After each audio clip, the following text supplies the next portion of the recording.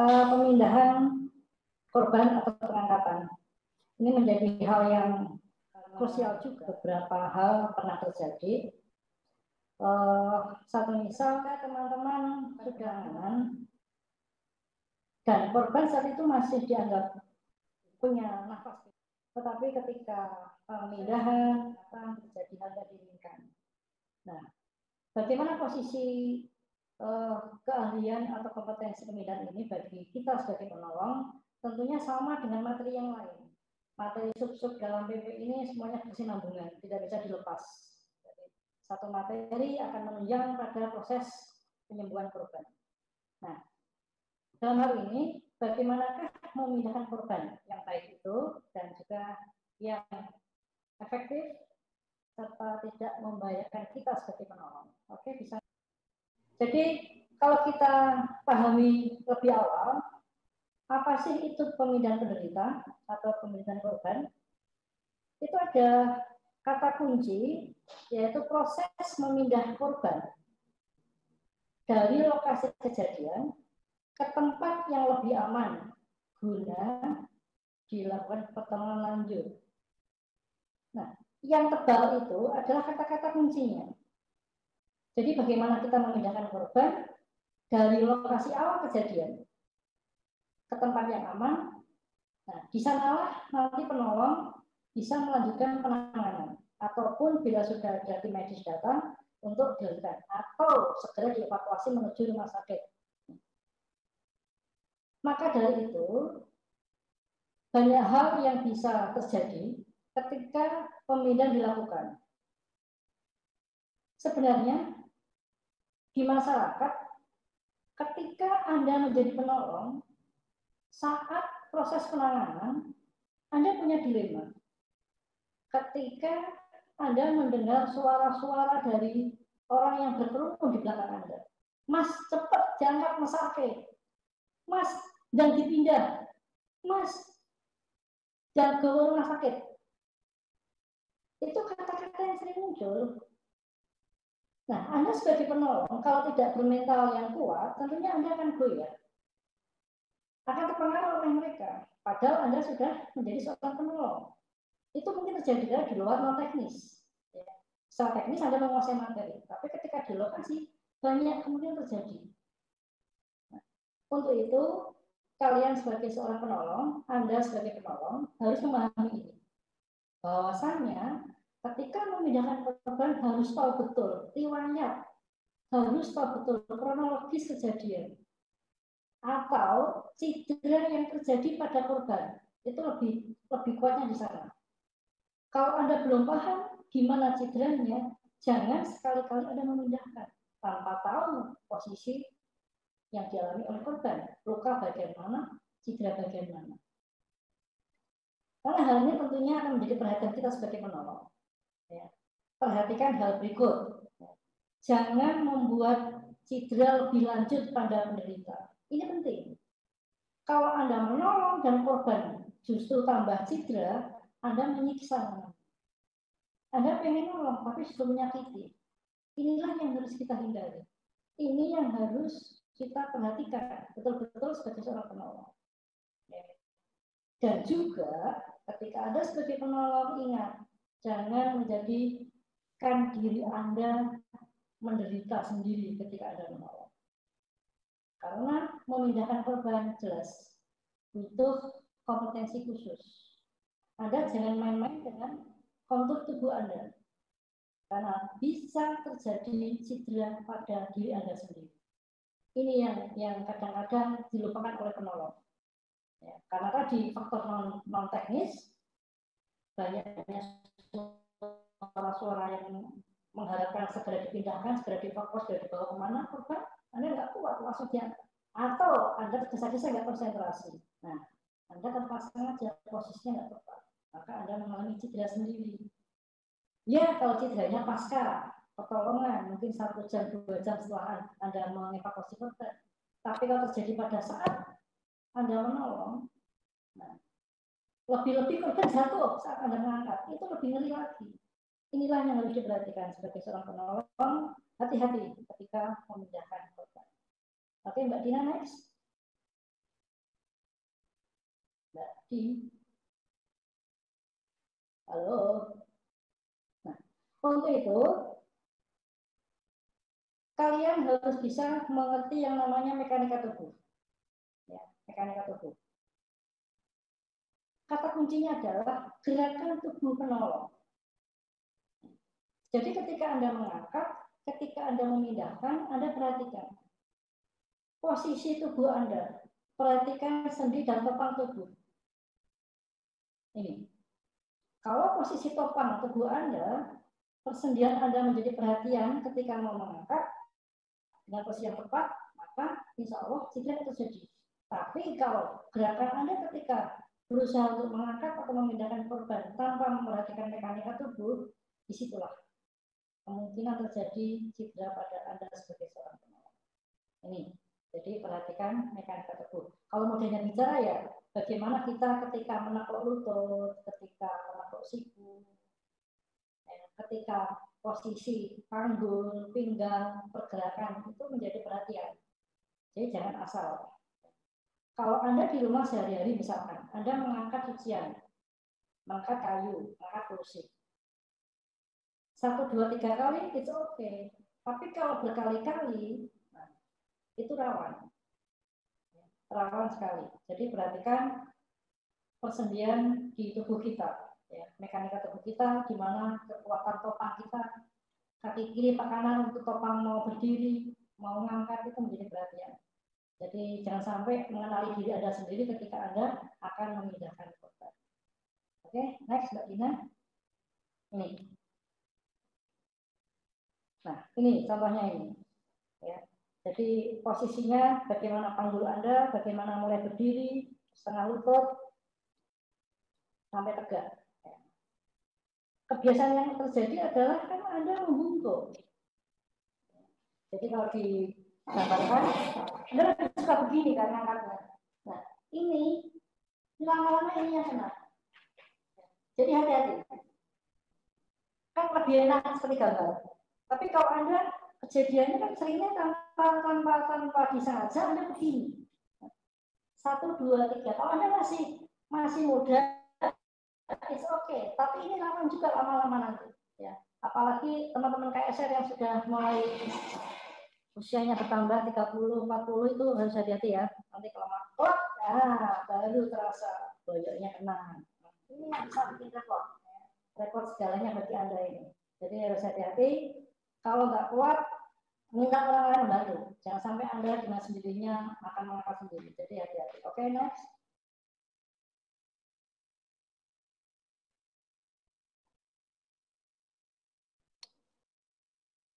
Berarti ya. Nah, ini. Maka ini yang perlu Anda perhatikan. Dalam pemindahan korban ada prinsip yang harus menjadi perhatian kita sebagai penolong. Pegangan kita adalah ini. Kalau tidak mutlak perlu, jangan lakukan. Maksudnya apa? Ketika Anda mendapatkan seorang korban dengan posisi atau dengan cedera pada spinal leher dan Anda belum memfiksasi posisi cedera dan belum ada alat yang bisa mengamankan untuk fiksasi lanjut, ini belum mutlak. Karena masih ada yang perlu dilengkapi dulu. Dan kondisinya saat itu masih aman. Aman dalam arti tidak ada gangguan di sekitar korban. Anda sebagai penolong juga aman ketika Anda harus menunggu sesuatu yang bisa membantu proses pengangkatan, pemindahan. Tapi kalau kondisinya itu kejadiannya di sebuah daerah yang kebetulan terjadi bencana susulan, misalkan terjadi awan panas yang tiba-tiba turun ada di lokasi, maka mau tidak mau Anda harus memindahkan korban atau dengan terpaksa meninggalkan korban karena nyawa Anda lebih penting. Prinsip satu nyawa adalah nyawa korban daripada nyawa penolong. Tapi kalau masih bisa dilakukan, tolong tetap dilaksanakan. Ya, Jadi prinsip itu situasional, jangan sampai saklek nanti kaku.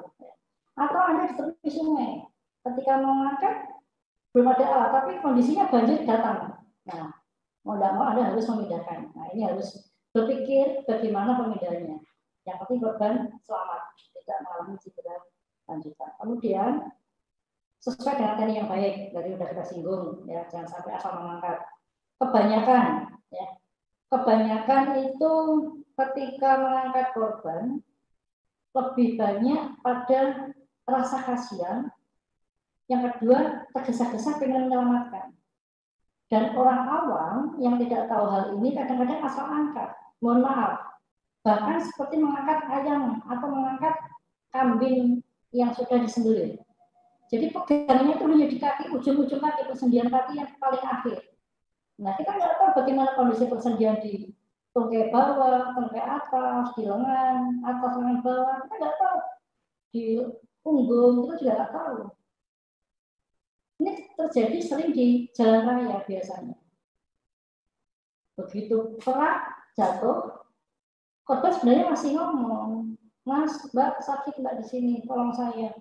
Orang teriak, tinggalkan dan tepikan, segera tepikan, biar nggak macet. Nah, asal angkat, korban teriak, gembor, wah. Jadi kenapa? Karena yang angkatnya nggak tepat, pemindahnya nggak pas. Nah, disitulah terjadi cedera susulan. Yang awalnya mungkin hanya retak, tapi karena dipaksa diangkat, terjadilah patah. Ini yang justru kita menyiksa korban. Maka teman-teman yang berada di jalan raya, yang sering aktivitas itu harus bisa mengingatkan orang-orang di sekitar ketika kejadian. Saya pernah kejadian sekali, ada anak diboncengkan bapaknya, jalannya nggak rata, banyak lubang dan juga banyak benjolan. Nah, anaknya terlempar, bapaknya ngebut tergesa-gesa karena mau terlambat, jendul, terlempar. Akhirnya si anak yang diboncengkan jatuh, kepala dulu. Saya dari belakang agak jauh, sekitar 10-11 meter. Nah, begitu bapaknya jatuh langsung berhenti, langsung diangkat. Padahal tadi jatuhnya posisi kepala dulu. Saya teriak, Pak jangan dulu, udah terlambat karena sayangnya bapak pada anak digendong, langsung ditopang dari leher belakang dan pada belakang lutut, topong ke tepi. Dan kelak anak terus diam. Awalnya anak masih nangis, tapi ketika dia diangkat langsung diam. Karena terkena tertutup ininya oleh tulang lehernya. Itu pengalaman, ya. Jadi ya nggak menyalahkan bapaknya sih, tapi menjadi pelajaran bagi kita semuanya. Jadi harus hati-hati ketika proses pengangkatan. Apapun suara masyarakat, Anda lebih tahu, Anda lebih paham. Jadi Pak sabar, saya akan melihat dulu kondisinya, baru saya angkat. Bapak bantu saya saja, amankan jalan raya, atur jalan raya. Itu yang perlu Anda lakukan. Harus berani Anda sebagai penolong. Jadi kalau sudah dirasa fake, cek korban, baru Pak bantu saya, kita pindahkan Pak. Nah, itu peran Anda di lapangan, peran Anda di jalan, peran Anda dimanapun. Ini. Terus yang terakhir, ini prinsipnya adalah fisik penolong. Jadi Anda harus benar-benar baik fisiknya. Kalau memang Anda tidak kuat, mendingan Pak bantu saya. Ngangkatnya dari sini Pak, Bapak di sini, Bapak di sini. Nah, yuk, saya hanya mampu menjaga Bapak, mohon maaf Pak, karena saya sedang sakit. Yuk, 1, 2, 3. Anda memberi apa-apa saja tidak apa-apa, itu sudah menolong. Jadi menolong tidak harus selalu pegang, tidak harus selalu memegang atau memegang alat untuk memindah. Ini penting ya. Jadi Anda harus paham bahwasanya masyarakat masih butuh bimbingan kita ketika proses pemindahan. Oke, next.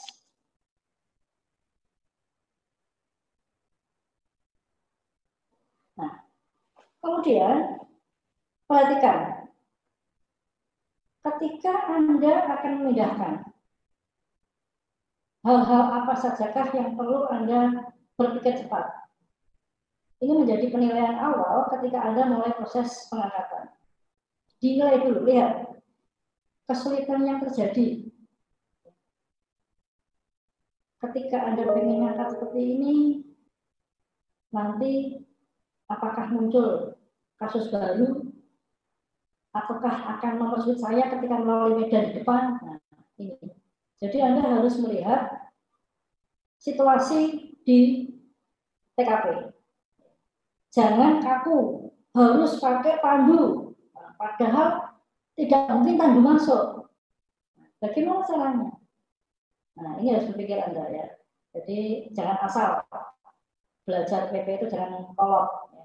Situasional. Yang penting konsep dasar prinsip pemahamannya sama. Intinya adalah untuk ini. Memudahkan Anda sebagai penolong. Jadi jangan sampai mempersulit Anda sendiri.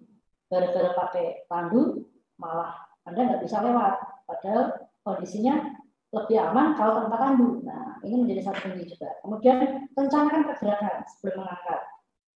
Nah, ini kalau Anda sendirian, kalau mampu laksanakan. Kalau nggak mampu jangan paksakan. Kalau Anda berkelompok dengan 2-3 orang, pahamkan bersama-sama. Beri penjelasan. Nanti kita ngangkat dari sini ke arah sana. Ngangkat pertama laksanakan dulu. Itu kalau orang awam. Tapi kalau sesama penolong yang sudah paham tentang ilmu ini, saya kira sudah sehati. Yuk, 1, 2, 3. 1, 2, 3. Nah, itu nggak masalah. Tapi kita di lapangan nggak mungkin selalu bersama-sama kan. Nah, kalau tergandengan terus, tapi kalau kita kan kadang-kadang nggak bisa gitu. Nah, kemudian jangan mengangkat atau memindahkan kalau tidak yakin. Sebuah keraguan-keraguan itu akan menimbulkan kekecewaan. Ini penting menjadi perhatian. Jadi jangan mengangkat kalau tidak yakin. Angkat orang ayo, angkat orang ayo, kuat orang ayo, kuat angkat, gede jatuh. Nah, mati kita nama PMI. Celaka Anda, ya, terekspos. Nah, se-Indonesia tahu semua. Relawan dari PMI angkat korban jatuh. Korban hanya meninggal, waduh tambah lagi Pak. Ya. Jadi hati-hati, betul-betul hati-hati, yakinkan diri Anda. Saya yakin kuat. Nggak kuat Pak, bantu saya. Nah gitu, biasakan kerjasama. Ya. Jangan merasa PMI, jangan merasa relawan KSR. Aku yakin, jangan seperti itu. Oke, kemudian gunakan otot tungkai, paha, dan panggul. Jadi kekuatan pada saat Anda tumpuan Anda untuk mengangkat itu menjadi perhatian khusus. Kenali diri Anda. Biasanya pakai kiri, pakai kanan kan, tungkai Anda. Saya pakai tungkai kiri, tungkai kanan untuk kekuatan di diri, kekuatan angkat pertama. Kalau kerjasama ya, kamu pilih kiri, pakai kanan, posisinya. Atur seperti itu. Jangan kamu sana aja, saya sini, biar difoto. Ya seperti itu ya. Oke, next. Dina. Ya. Kemudian hindari membungkuk. Jaga keseimbangan, pindahkan penderita dengan beban serapat mungkin dengan beban. Maksudnya apa? Nah ini. Yang 1, 2 udah paham. Yang ketiga, usahakan ketika Anda mengangkat, kondisikan korban itu atau penderita itu dekat dengan tubuh kita sebagai penolong. Satu sisi, tubuh kita juga menjadi alat untuk mempertahankan agar korban tidak jatuh, untuk menopang. Yang kedua, agar ketika terjadi hal kayak gini, kita lebih cepat untuk reaksi, untuk mengantisipasi hal yang diinginkan. Jadi jangan sampai terlalu jauh. Nah, ini. Kemudian gerakan menyeluruh secara vertikal, kurangi jarak ketinggian yang dilalui. Nah ini menjadi satu perhatian khusus ketika bencana. Harus evakuasi atau membawa korban menuju ke tempat yang aman, ternyata harus melalui sisi tebing, melalui mungkin ada tembok dan sebagainya. Ini kalau bisa satu orang asesmen dulu untuk mencari jalan. Mohon maaf ya, Pak jalan, Nur Hadi. Ya. Mungkin mic-nya bisa agak jauh dikit. Ya. Terlepas nggak? Ini kurang jelas ini ya. Kurang jelas, waduh. Ya. Sekarang jelas nggak? Udah kenceng sih sebenarnya, cuman masih kurang jelas. Kalau seperti ini Mbak, jelas nggak Mbak? Halo? Halo? Ya. Oke Pak. Ini aja, taruh ini. Iya, sudah. Udah jelas ya, ini aja ya, kita lepas ini. Oke, nah kemudian perbaiki posisi dan angkat secara bertahap. Maksudnya apa? ketika proses menuju ke lokasi, Anda harus cermat, jujur. Saya nggak nyaman, tolong kita ganti posisi. Saya nggak nyaman ini, tolong sebentar. Nah, Anda harus bisa memahamkan. Jadi, atau ketika mau ngangkat, sebentar, saya kok nggak nyaman dengan ini, saya pindah dulu. Nah, itu harus bisa Anda lakukan. Oke, next, Mbak. Nah, ini pemindahan penderita. Kapan dilakukan? Ya tentunya setelah yakin bahwa korban sudah siap untuk dipindahkan atau sudah datang ambulan atau terjadi bencana susulan atau terjadi hujan deras atau terjadi ancaman berikutnya. Nah, itu harus bisa dipahamkan oleh diri Anda sendiri. Setidaknya Anda punya prediksi. Yakin, aman, oke, saya pindahkan. Oke, sudah datang ambulannya, kita pindahkan. Jadi jangan tergesa-gesa. Ya. Kemudian, apakah penilaian pemeriksaan kita harus selesai sebelum pemindahan? Ini bisa dua kemungkinan. Kalau memang ada hal yang mengancam penolong dan korban, maka segera pindahkan. Kalau memang bisa untuk dipindahkan. Tapi kalau memang tidak bisa dipindahkan, ya tadi satu hal yang memang berat bagi kita sebagai penolong. Kemudian berapa lama tulang belakang harus dijaga? Nah, ini kalau terjadi kasus tulang belakang, maka otomatis kita harus mengkondisikan fiksasi punggung semaksimal mungkin sehingga korban tidak mengalami gangguan saat evakuasi. Maka nanti kita jelaskan alat khusus yang dipakai untuk bagaimana memindahkan korban yang mengalami gangguan pada tulang belakang. Atau kemungkinan sudah dijelaskan oleh materi sebelumnya masalah tulang belakang. Oke, next. Nah, tadi sudah saya singgung juga, pemindahan itu memang digolongkan dalam berbagai hal. Salah satunya adalah, salah duanya adalah bagaimana kita memindahkan secara darurat atau pemindahan biasa. Ini juga memungkinkan bagaimana kita punya kecepatan, keefektifan penanganan, kemudian juga bagaimana kita memaksimalkan alat yang ada, atau dengan alat biasa, atau dengan alat sederhana.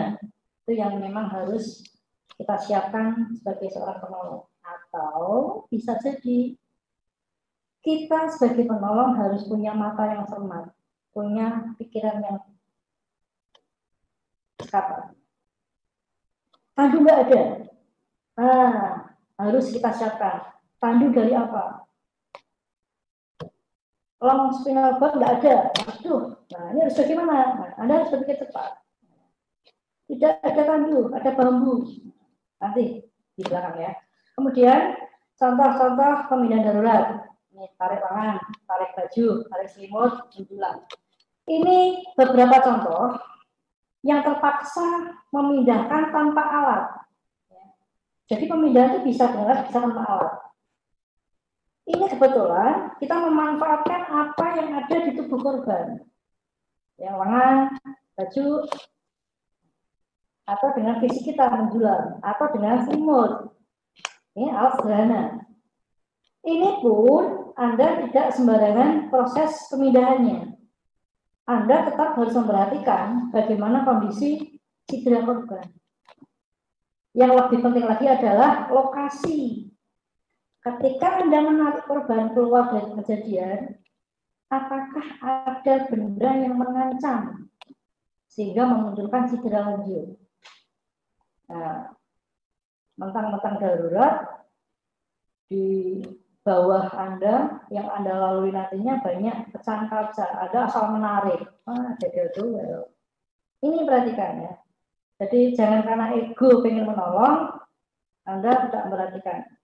Gelap Pak, gelap tapi kan kita bisa melihat pakai lampu lah. Dan kaki kita sudah merasakan. Jadi semua organ tubuh kita yang ada di luar itu bisa merasakan walau pakai sepatu. Mata kita harus cermat. Jadi pemindahan ini memperhatikan hal-hal khusus yang mungkin akan menjadikan kita lebih repot karena akan ada cedera susulan. Oke, next.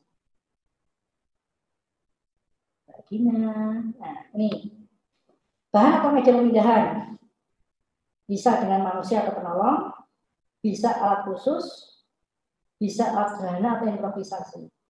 Kalau dengan manusia kita memindahkan pakai tenaga kita. Tadi sudah ada perhatian khusus yaitu fisik kita. Kemudian dengan alat khusus. Ini ya, alat-alat yang sudah disediakan yang standar, ya, ada tandu, ya, tarik sekor, tandu ruang spinal, ya, dan sebagainya. Itu ada. Nah, sedangkan yang improvisasi, sederhana, ini yang ada di sekitar kita. Nah, Bapak Ibu, Mas Mbak, kalau Anda berada di rumah, ada kejadian, Anda kalau sudah pernah belajar tentang PP, jangan menunggu alat datang. Kalau Anda menunggu alat datang, tentunya akan memperlama proses penanganan ke dokter atau ke medis. Kita kan penolong pertama. Nah, carilah alat-alat khusus, carilah benda-benda khusus yang sebenarnya sekiranya bisa membantu kita untuk memindahkan korban. Ya, oke. Ini bahan yang bisa kita pahamkan pada Anda semuanya. Next. Nih, contoh teknik menjulang. Ini tentunya tidak asal mengangkat. Kalau Anda terlalu kecil dibanding korban, ya jangan nekat. Ya, perhatikan, korban lebih besar atau lebih kecil dari kita sebagai penolong. Yang kedua, kondisi Anda hari ini atau saat kejadian, Anda merasa sehat, nyaman nggak untuk mengangkat? Ya, menjadi perhatian. Ini teknik menjulang. Lalu perhatikan cederanya. Tidak mungkin orang cedera punggung, cedera leher mengangkat dengan seperti ini. Jelas nggak mungkin. Ya.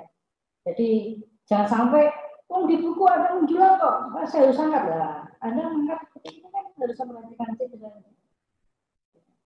Betul, ini di buku ada, dalam teori ada, dalam belajar ada, tapi tidak asal pakai. Makanya situasikan dengan kondisi korban. Ya, oke, next. Nah, tarik baju ini. Terpaksa kita lakukan. Karena memang tadi tandu nggak bisa masuk, situasi TKP tidak memungkinkan untuk proses pengangkatan ke tandu. Nah, terpaksa kita tarik korban. Ya, korban terjepit di reruntuhan misalkan, di reruntuhan.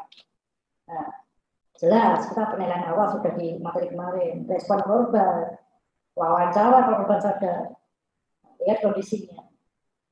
Cermati betul, oke aman, tarik keluar.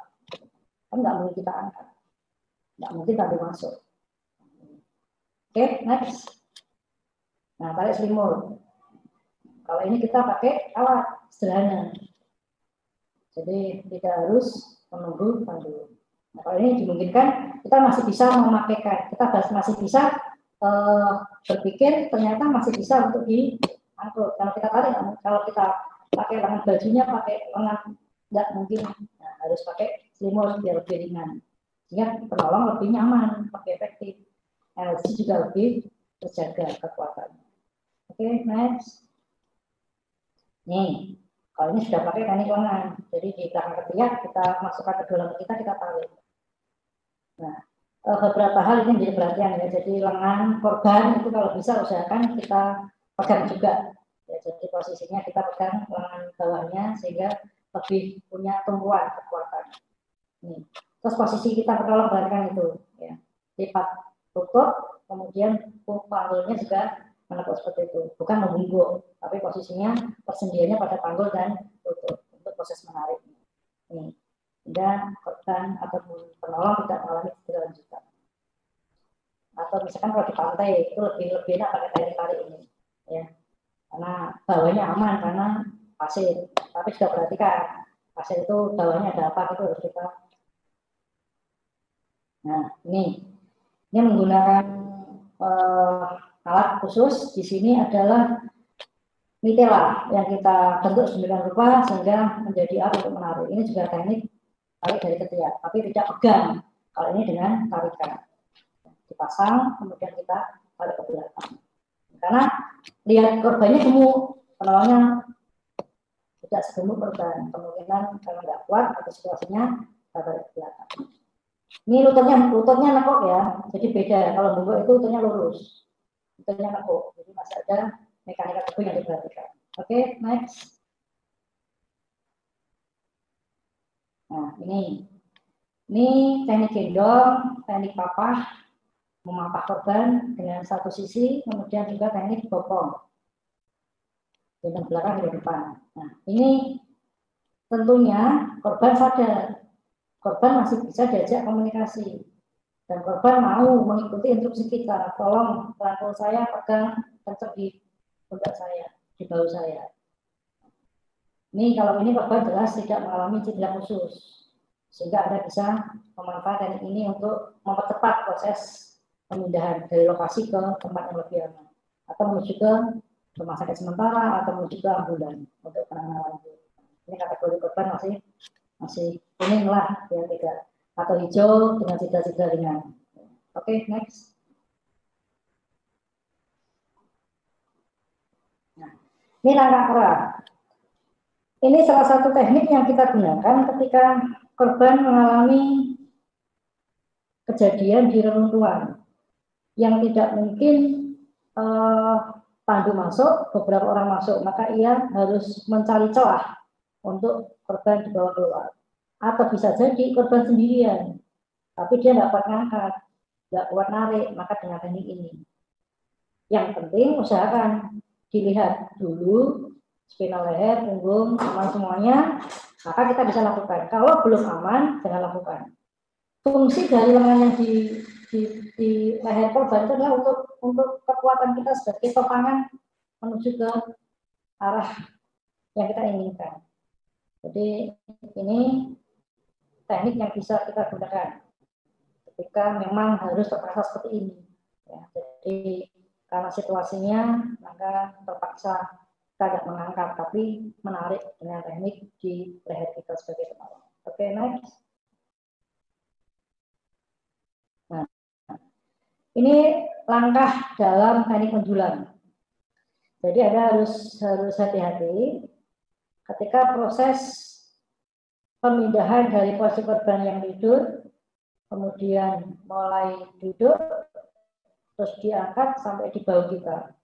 Tadi saya sampaikan, untuk teknik ini jelas, korban aman total dari cedera yang membahayakan. Nih. Perhatikan menolong, posisinya. Dari lutut, panggul, perhatikan, mekanika tubuhnya. Dekat dengan korban.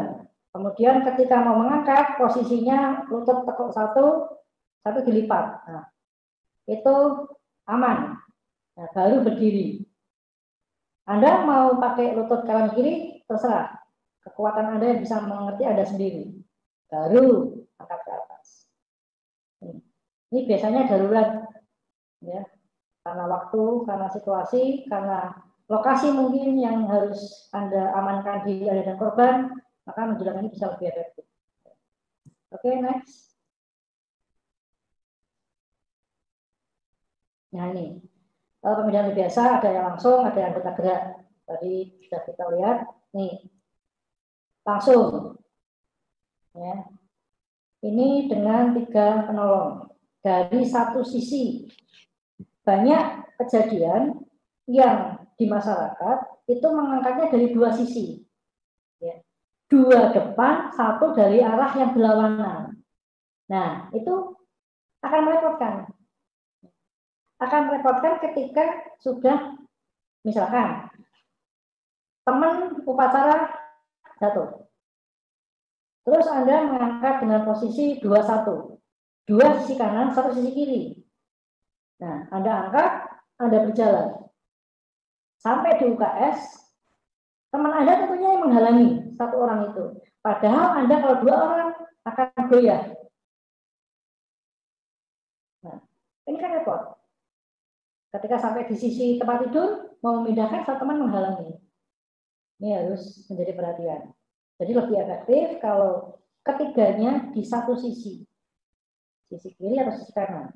Lebih bagus di sisi kiri atau kanan, ayo. Nah, kalau kita dari sisi kanan ya, jadi bisa karena orang Indonesia atau pembiasaan korban kalau kita lebih dekat menolehnya ke arah kanan. Tapi juga melihat cederanya, jadi jangan sampai memaksakan harus kanan harus kiri, tapi memang lebih efektif kalau kita di kanan korban. Nah ini di tembok misalkan juga lah, sekarang Pak tembok ya nggak bisa, kita sesuaikan dengan kondisinya. Tutup, samakan. Fungsinya apa? Untuk menopang tubuh korban. Kalau lutut yang dilipat setengah itu dia kaki kanan, ya kanan semua, melihat kepalanya.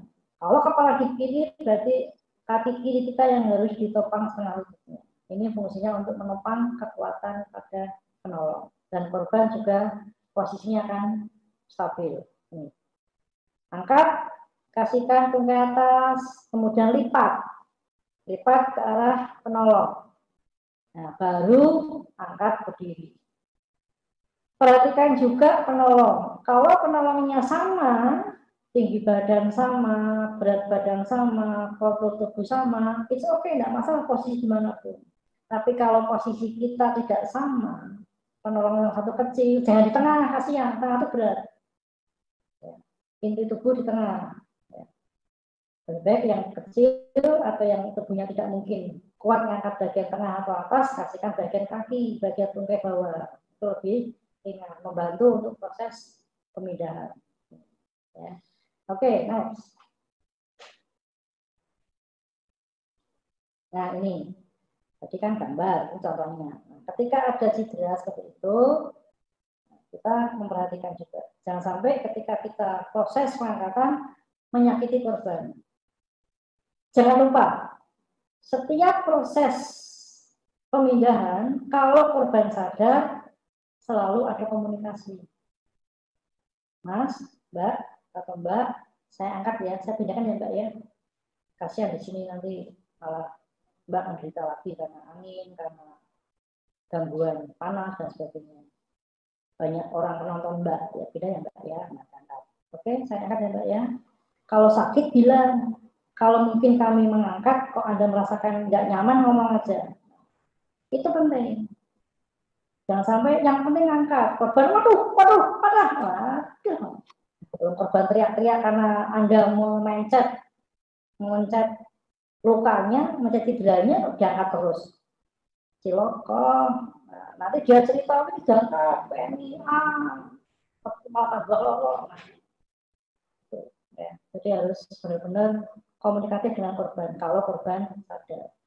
Kalau korban nggak sadar ya juga sama saja. Jangan sampai nanti korban menuntut pasca ditolong ternyata menuduh bahwasanya sesuatu terjadi pada dirinya. Nah, itu kan repot juga. Jadi harus tetap berprinsip pada bagaimana kita mengamankan, menyelamatkan, dan tetap tidak membawa sesuatu yang buruk di belakang. Oke, next. Nih, kenapa perlu dilipat? Lebih ringan. Karena posisi korban itu menempel dengan tubuh kita. Tubuh kita itu menjadi penopang tambahan. Selain lengan kita. Kalau hanya lengan, Anda jelas akan berat. Karena kekuatan lengan Anda tentu punya batas waktu. Kekuatan untuk ngotot mengangkat korban seperti itu dengan posisi lengan yang lurus seperti ini jelas beda dengan yang seperti ini. Nempel begini juga menghindari korban terjelumus atau penolong menjatuhkan korban tanpa sengaja karena berat. Ini maka dilipat ke arah penolong. Itu fungsinya kenapa kita melipat siku ketika kita mengangkat korban seperti ini. Harus kompak ketiga-tiganya. Ya. Nih, jadi kalau ada pertanyaan, kenapa harus dilipat ke dada kita pada korban perempuan? It's okay, no problem. Ya, jangan berpikir ini perempuan, ini korban yang harus dipindahkan. Gitu. Jadi faktor X, pikiran-pikiran X buang jauh-jauh. Ya, yang penting korban segera kita pindahkan, korban selamat. Gitu. Ya, segera mendapat pertolongan lanjut. Oke, next. Nah, ini teknik dengan memanfaatkan anggota gerak korban. Bawah ketiak dan pegang lengan bawah serta bawah lutut. Ini kalau memang tandu tadi saya katakan tandu nggak bisa masuk, ya terpaksa dengan teknik angkat seperti ini. Atau keterbatasan tandu, korbannya lebih dari satu, tandunya cuma satu, kan nggak mungkin menunggu. Dan korban hanya mengalami gangguan kesadaran, sudah sadar lemes, nah tidak bisa jalan, ini bisa diangkat pakai ini, dengan teknik seperti ini. Jadi jangan pernah menunggu alat ketika memindahkan. Kalau dirasa bisa dengan teknik-teknik yang pernah dipelajari, lakukan. Selama korban juga nyaman dan aman. Jangan sampai Anda menunggu alat. Korban wolu, alat cidok, kandume, ngenteni yang harusnya mungkin hanya sekitar 10 menit, korban bisa dievakuasi semua, pindahkan semua, gara-gara menunggu alat bisa sampai 1 jam. Ini yang harus diperhatikan. Oke, next.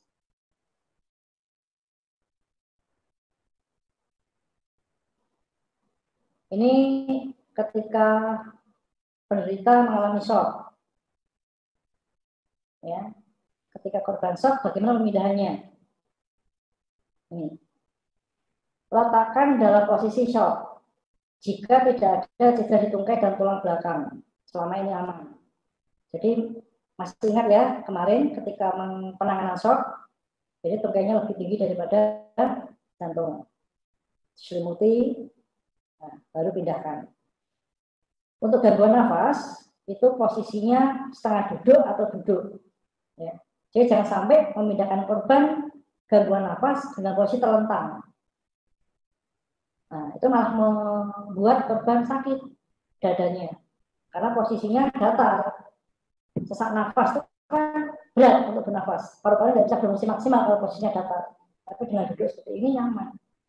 Coba Anda praktekkan sendiri. Ada duduk tegak seperti ini. Ambil nafas yang dalam. Sangat ringan sekali. Ini ada sebagai orang normal. Nggak sakit. Ya. Sangat enak kita ambil nafas. Tapi kalau ada seperti ini, ya, seperti ini. Ambil nafas dalam, kan sesak. Ini nggak kuat. Ini nggak bisa buka. Ya, jadi itu salah satu logika saja. Logika ketika Anda melihat korban sesak nafas.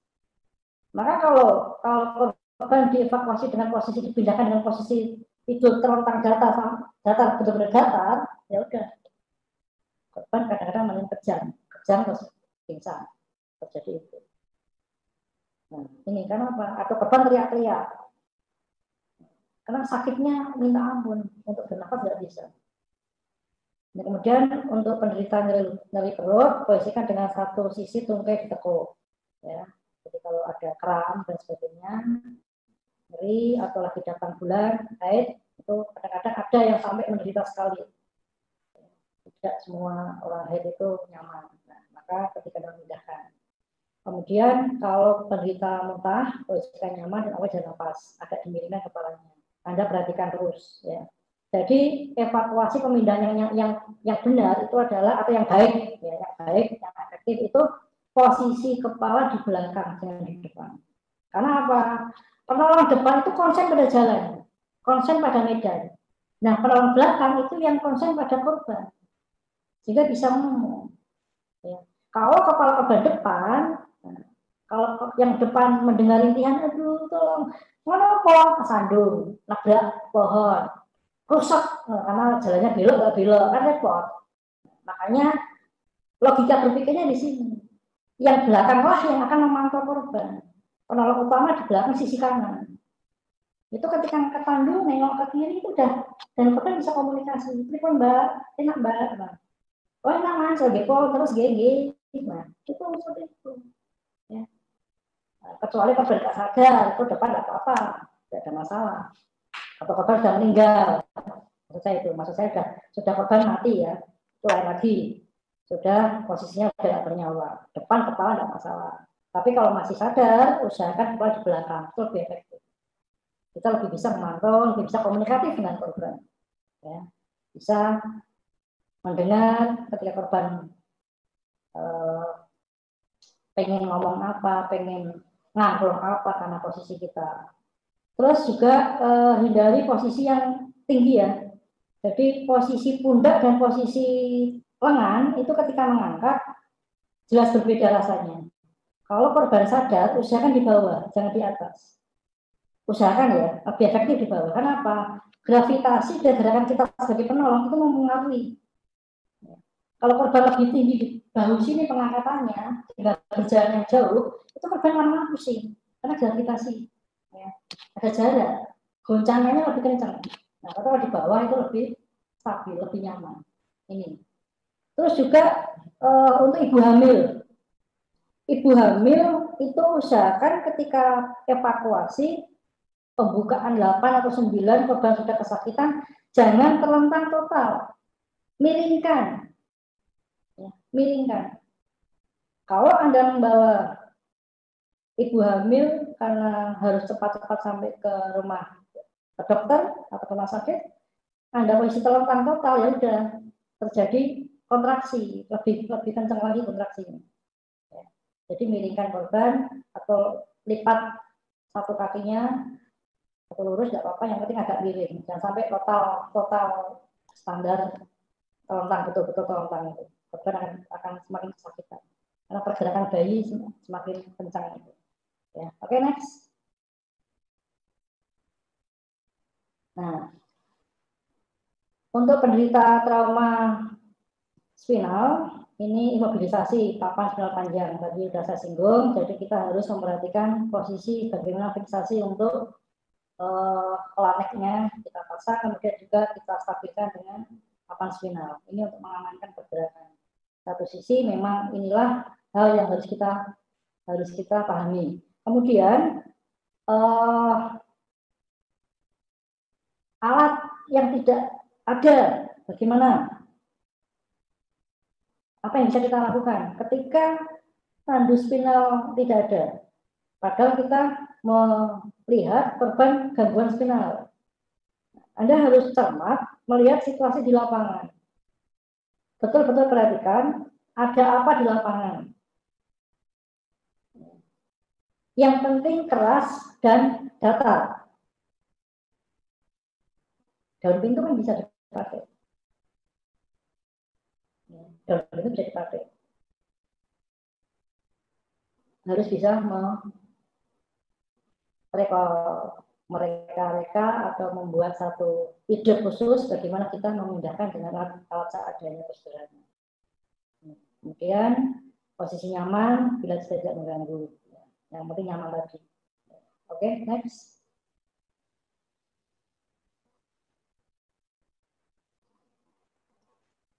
Nah, peralatan khusus yang memang ini standar itu ada tandu beroda, gede ambulan ya, stop. Ini kalau dari ketinggian atau dari ancaman korban jatuh, maka pakai stop. Bedak kursi, tandu kursi ini untuk bagaimana kita memanfaatkan alat seadanya. Kursi bisa kursi yang alat khusus yang memang di rumah sakit ada, atau di ambulan juga ada, bisa dibentuk tandu kursi, atau kursi benar-benar kursi itu bisa juga, dan tandu yang lain. Nah, ini Bapak Ibu peralatan pemindahan yang bisa kita manfaatkan. Ini contohnya gambarnya tandu roda. Next, Mbak. Ya, itu. Next. Ini tandu spinal. Next. Ini dari kain ya. Ini tandu improvisasi. Dari sarung mungkin, dari selimut. Ini bisa seperti ini. 2 batang kayu atau bambu yang bisa tandu kursi yang sudah standar kursi ini, yang memang bisa dibentuk jadi kursi, atau kursi biasa. Ini kursinya. Untuk mengangkat korban yang memang masih sadar. Masih bisa komunikatif, karena memang sesak nafas tadi, gangguan nafas, maka dia menggunakan tandu ini dengan posisi duduk. Oke, next. Ini di lapangan bagaimana kita proses pengangkatannya. Oke, next.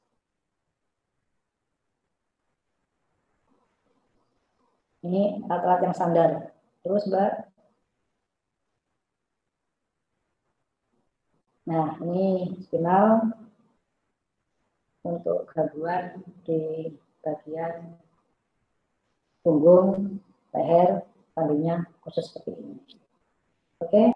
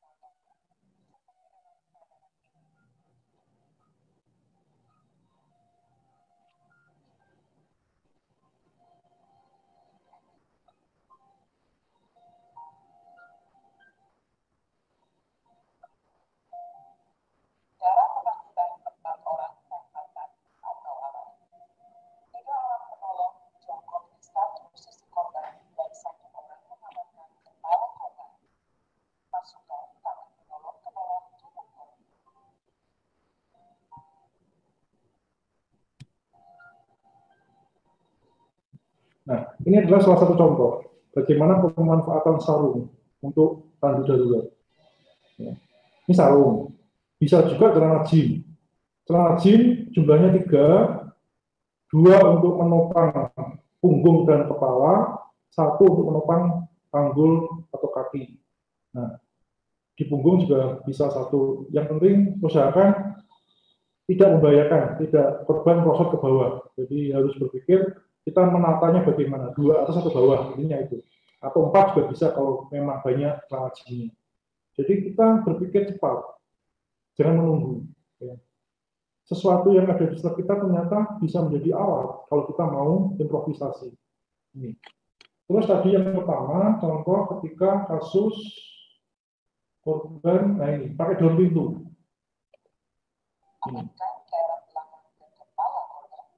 Ini ketika mengalami cedera pada punggung.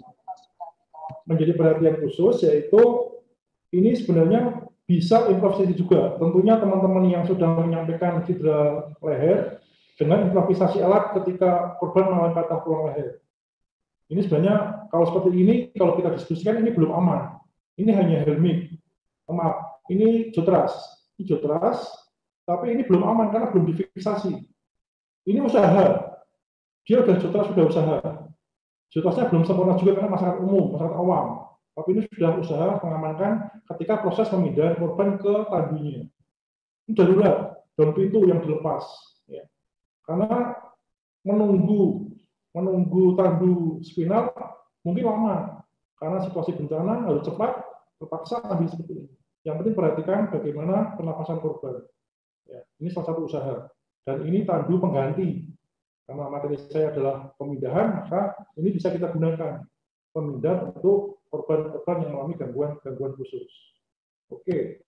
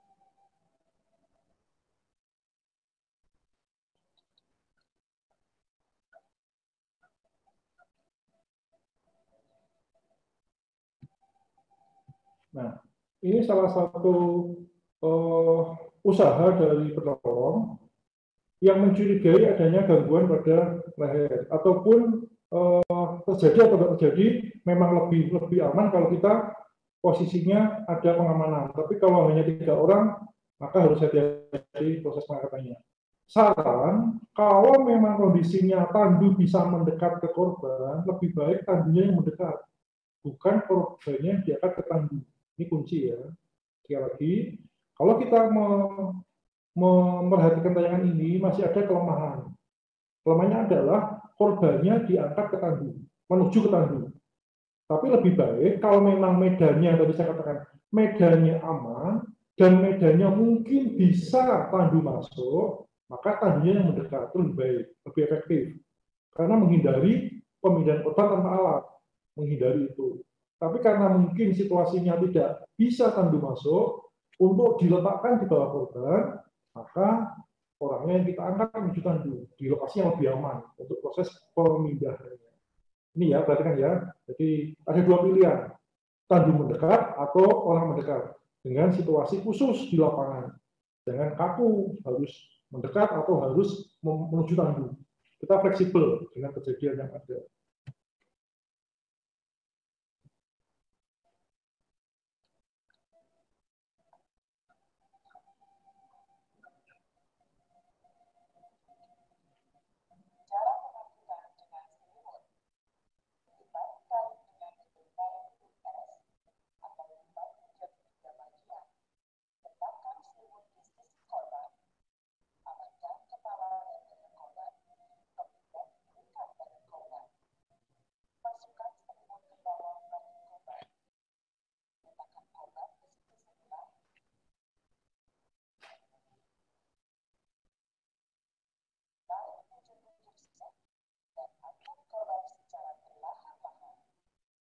Nah ini juga perlu perhatian. Tidak asal mengangkat dengan selimut, harus hati-hati. Ya. Karena kadang kain juga akan melar atau akan molor. Nah ini pun juga tidak untuk pasien atau korban yang mengalami cedera khusus. Ini hanya korban-korban yang aman dari segala gangguan membahayakan, maka ini bisa. Karena memang harus diangkat, kalau terpaksa memindahkan. Ya, sekali lagi, tayangan ini masih banyak kelemahan. Ya, ini hanya contoh aja, bagaimana kita improvisasi, memberi contoh improvisasi. Tapi Anda sebagai penolong, Anda sebagai seorang relawan harus paham. Layak tidaknya alat yang kita gunakan. Takutnya kalau seperti ini, kendor ke bawah, kena batu atau kena kayu, dan sebagainya. Jadi harus hati-hati. Orang yang depan harus benar-benar mencari awal jalur yang tepat untuk bagaimana proses pemindahan.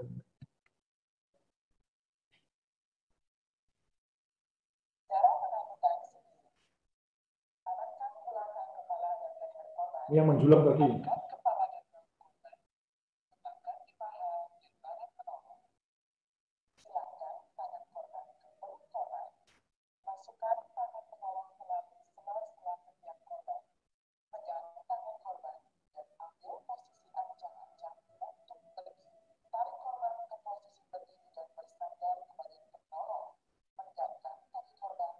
Ini kebetulan pakai teknik dari belakang korban. Kalau tadi gambar kan dari depan, jadi bisa pakai teknik depan atau belakang.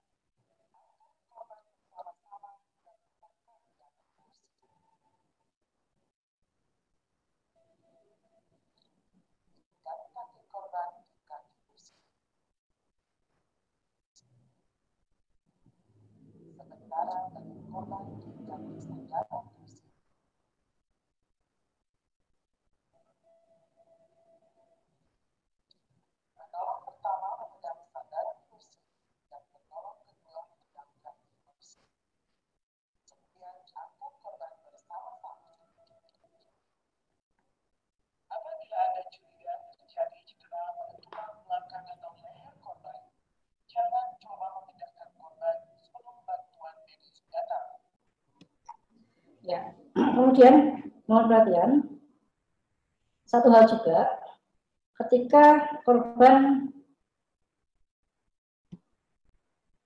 mengalami gangguan napas, kemudian juga sudah ditangani, sudah aman semuanya, tanpa ada cedera-cedera yang lain di punggung maupun di leher, maka kita bisa evakuasi atau memindahkan dengan posisi korban ditandu miring stabil, itu sudah bisa.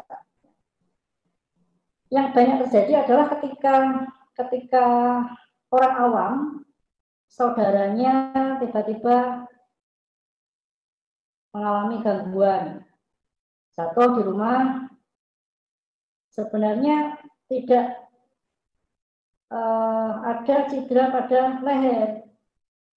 Tapi ketika evakuasi menuju rumah sakit, justru dipangku. Justru diletakkan di tungkai atas penolong, atau di paha kalau orang awam menyebutnya. Dibantali paha penolong. Nah, itu malah menutup. Ya. Itu menutup jalan nafas.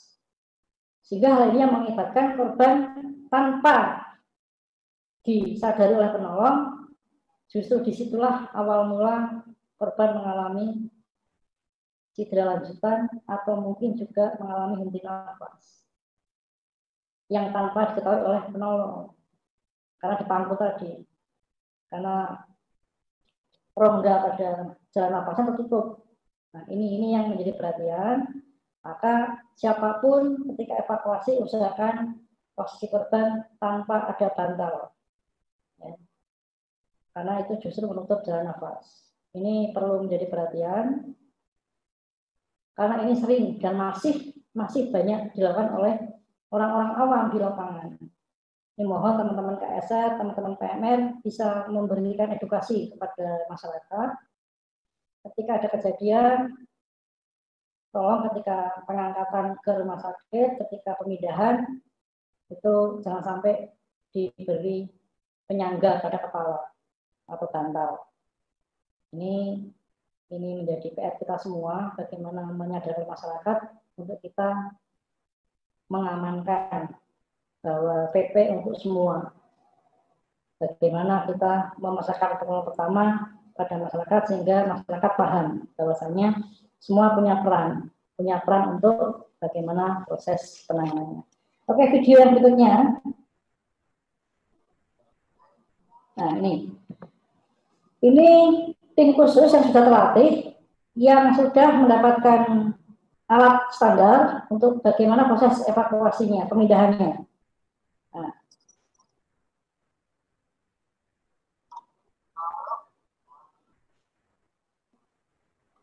leher sudah aman, tandu spinal sudah tersedia. Nah, ini proses pemindahan dari lokasi ke tandu menjelang pengangkatan.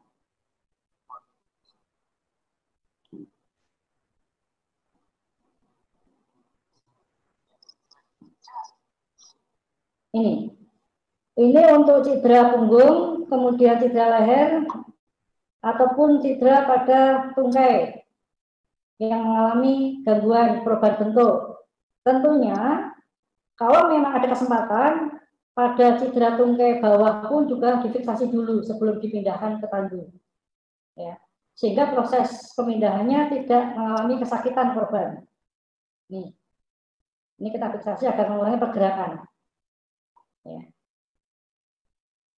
Karena ini cedera hanya di leher, tidak ada di tungkai bawah maupun lengan. Ini proses bagaimana kita memfiksasi tubuh korban untuk mengurangi pergerakan. Itu contohnya yang bagaimana kita ulangi lagi untuk proses pemindahannya. 1 orang jotras, 2 orang di sisi kanan korban. Kalau ada 3 orang lebih bagus di bagian tungkai bawah, sehingga 4 penolong. Kalau dibilang standar, ya standarnya lebih aman 3.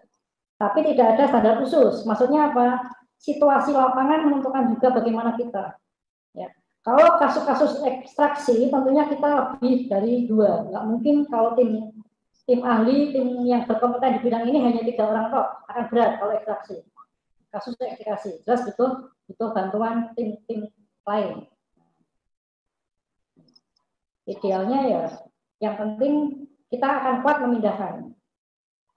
Jadi saya singgung, minta bantuan orang lain. Jangan pernah ego kita sebagai penolong. Anda bukan penolong, nggak boleh bantu, jangan seperti itu. Tapi justru kita panggil, Pak bantu saya, Pak angkat bantu saya.